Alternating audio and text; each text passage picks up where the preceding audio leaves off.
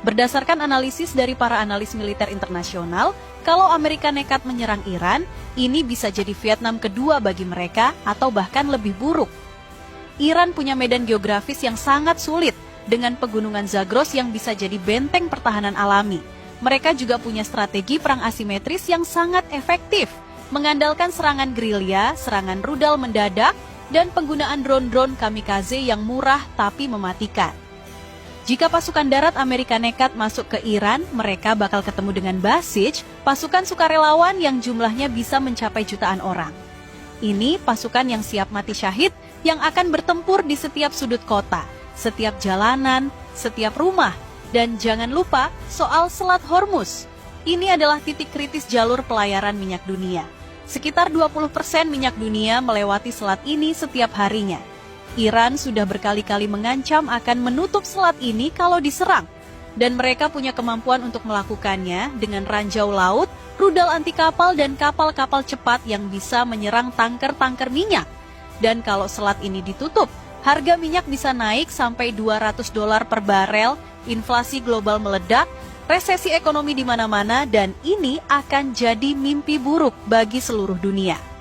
Selain itu, negara ini sudah bertahan melawan sanksi ekonomi paling keras dari Amerika selama puluhan tahun, tapi tetap berdiri tegak. Bahkan terus mengembangkan teknologi militernya meski dikucilkan dunia internasional. Sementara itu, situasi terkini di kawasan Teluk Persia yang semakin panas.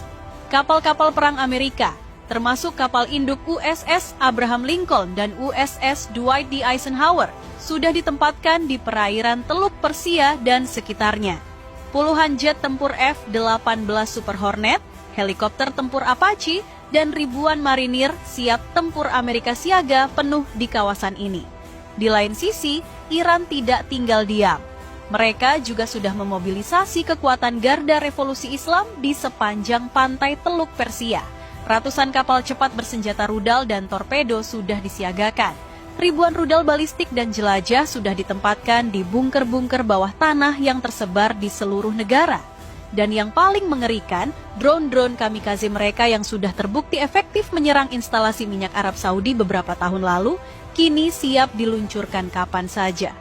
Para analis militer menyebutkan, kalau perang betulan pecah, ini akan jadi pertempuran laut yang paling dahsyat sejak Perang Dunia Kedua.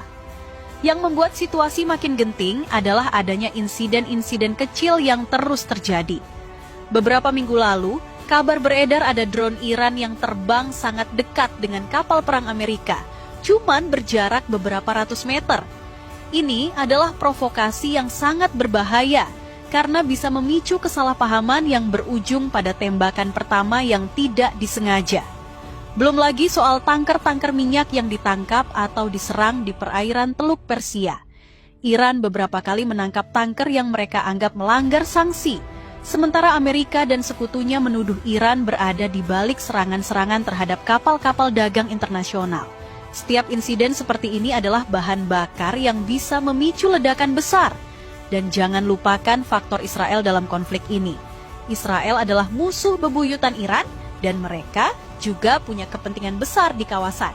Kalau Iran dan Amerika perang, hampir pasti Israel akan ikut terlibat, meluncurkan serangan udara ke fasilitas-fasilitas nuklir Iran, dan kalau itu terjadi, Iran sudah berjanji akan membalas dengan menghujani Israel dengan ribuan rudal,